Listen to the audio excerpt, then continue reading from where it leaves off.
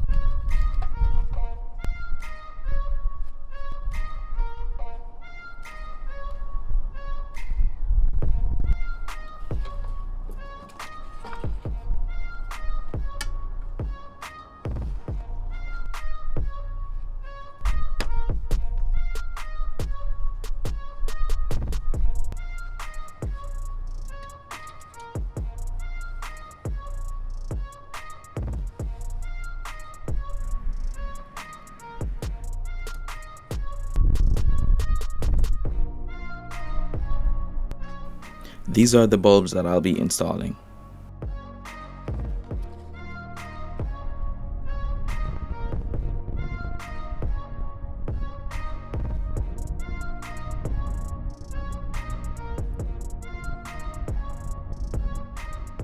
This is what it looks like compared to the old one.